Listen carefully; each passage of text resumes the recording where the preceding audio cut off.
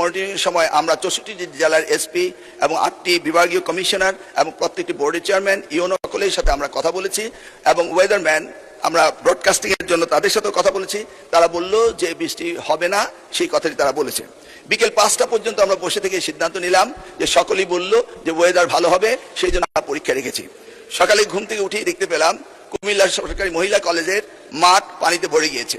সাথে সাথে আমরা মেয়র সাহেবকে, ফায়ার ডিপার্টমেন্টকে, পুলিশকে, ডিসিকে বললাম যে এই পরীক্ষা কেন্দ্রে স্থানান্তরিত করার জন্য। তারা তখন সকলকে নৌকায় করে ওই স্কুলের 5তলা ভবন সেখানে নিয়ে পরীক্ষা তারা নিয়েছে। আমরা সেটা দেখেছি তাদের দুর্ভোগ। তাছাড়া বাংলাদেশে, সারা বাংলাদেশে আমরা ডিসিদের সাথে কথা বলেছি এবং ইউনিয়নদের সাথে, তারা বলেছে যে কোথাও পরীক্ষার কোনো রকম দুর্যোগ ঘটেনি, একটি শুধু কুমিল্লা মহিলা কলেজে ঘটেছে। এবং সেই সাথে ফিজিক্সের প্রশ্ন 6 এবং 7 এই দুইটি প্রশ্ন ভুল হয়েছে। মাননীয় স্পিকার, আমরা দায়িত্ব পেয়েছি মাত্র 4 মাস। কোশ্চেন মডারেটর আগে কোশ্চেন মডারেটর কোশ্চেন করেছিল। আপনি জানেন যে কোশ্চেন মডারেট করতে হলে এই প্রক্রিয়াটি 2 বছর আগে থেকে শুরু করতে হয়।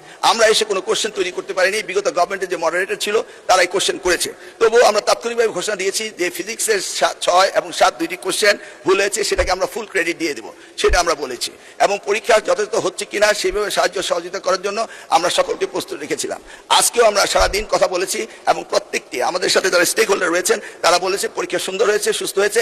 একটি জায়গায় শুধু কুমিল্লা সরকারি মহাবিদ্যালয়ে এই ঘটনাটি ঘটেছে এবং সেখানে পরীক্ষা সুন্দর হয়েছে। আমরা নির্দেশ দিয়েছি যে পরীক্ষা বিলম্বিত শুরু করার জন্য এবং যে মেয়েটি কাপড় ভিজে গিয়েছিল বাড়ি